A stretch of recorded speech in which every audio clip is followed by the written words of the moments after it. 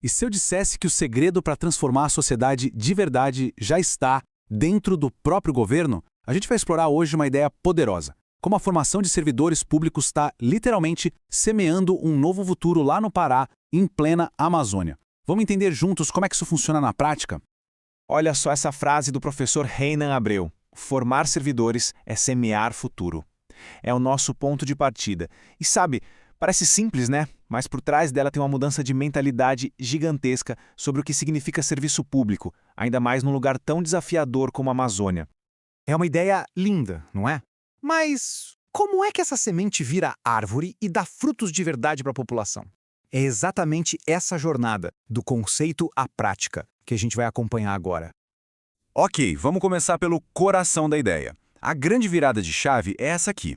Parar de olhar para a capacitação como se fosse um gasto e começar a entender que é o investimento mais estratégico que um governo pode fazer. E o retorno desse investimento? São políticas públicas que de fato funcionam e que se sustentam com o tempo. Mas, afinal, o que é essa tal de formação continuada? Bom, pode esquecer aquela imagem de um cursinho de fim de semana. Aqui, a gente está falando de um processo permanente.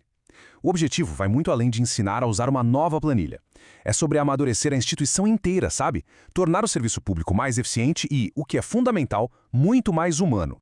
Agora, para a gente ter uma noção do tamanho do impacto, primeiro a gente precisa entender o tamanho do desafio. E o cenário é o Pará. Olha, governar na Amazônia não é a mesma coisa que governar em qualquer outro lugar do Brasil.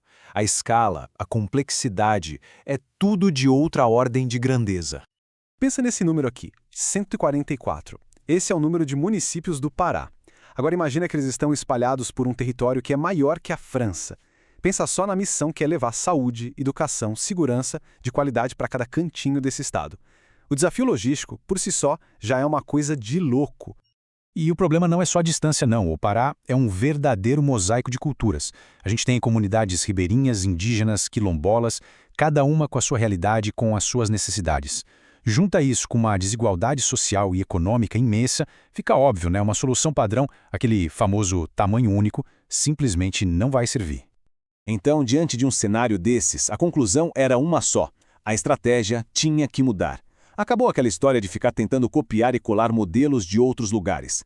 A nova visão foi criar algo autêntico, uma pedagogia que nasce da própria realidade amazônica, que valoriza o saber local e que reflete a pluralidade da floresta, dos rios, das pessoas.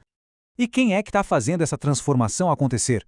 Bom, essa é a EGEPA, a Escola de Governança Pública do Estado do Pará. É ela que está pegando toda essa filosofia bonita e transformando em ação, em resultado concreto. Vamos ver como é que eles estão conseguindo essa proeza. E os números, olha, eles falam por si. Em só 2 anos foram mais de 50 mil participações. Mas o dado que para mim é o mais impressionante é este aqui. Eles chegaram em todos os 144 municípios. Isso é incrível. Mostra que aquela barreira geográfica, que sempre foi um obstáculo, pode sim ser superada. Mas o segredo não está só em chegar em todo lugar. Está no como eles fazem isso. Pode esquecer o modelo tradicional de sala de aula, com alguém falando e todo mundo anotando. Lá, eles usam metodologias ativas. Ou seja, os servidores aprendem na prática, resolvendo problemas reais. Eles usam métodos ágeis, para aprendizado rápido e focado. E tudo é baseado em projetos que têm que gerar resultado de verdade e rápido. E a inovação não para por aí. A tecnologia aqui é usada como uma ponte, de verdade.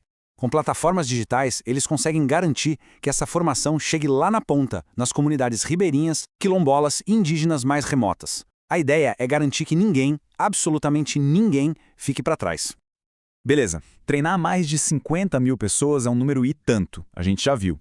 Mas a pergunta que vale 1 milhão é: está mudando alguma coisa na vida das pessoas? E é por isso que essa próxima etapa é talvez a mais importante de todas. Medir o impacto real disso tudo e usar essa informação para tomar decisões melhores.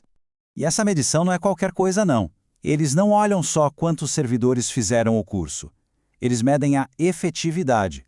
Ou seja, esse conhecimento está sendo usado no dia a dia do trabalho e medem a qualidade. O serviço para o cidadão melhorou, isso sim é ir além do número bonito para mostrar no relatório. E aí que está a grande sacada. Esses dados não vão parar numa gaveta empoeirada. Eles viram a matéria-prima para as decisões estratégicas do governo. É isso que cria um ciclo de melhoria que não para. Esse fluxo aqui resume tudo de um jeito bem claro. Funciona assim. A formação gera informação direto da realidade. Essa informação, por sua vez, alimenta o planejamento do governo, como o famoso PPA, o Plano Plurianual. E com planejamento mais inteligente, as decisões melhoram os serviços para todo mundo. É um ciclo virtuoso, uma coisa alimenta a outra. Bom, isso tudo é o que está rolando agora. Mas e o futuro? Qual é a visão para o amanhã? Agora a gente vai dar um passo para trás e olhar o quadro geral, para ver como essa iniciativa lá no Pará está conectada a um plano muito maior, que envolve o Estado, o Brasil e até metas globais.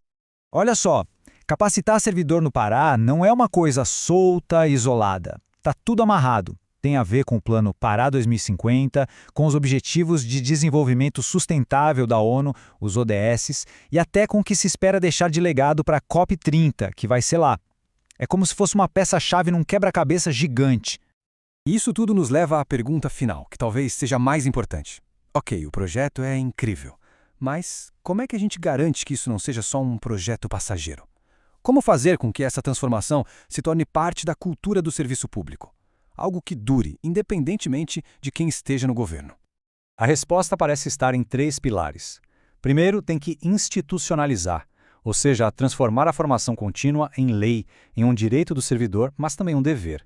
Segundo, tem que ter financiamento garantido, botar o dinheiro lá, carimbado para isso, para não depender da boa vontade do gestor da vez. E o terceiro, que talvez seja o mais difícil, é mudar a cultura. Fazer todo mundo, principalmente os chefes, valorizar quem estuda e se atualiza. E para a gente fechar, a gente volta lá no começo com mais uma frase do professor Reina que amarra tudo isso de um jeito muito bonito. Ele diz que a formação continuada é a alma viva do serviço público.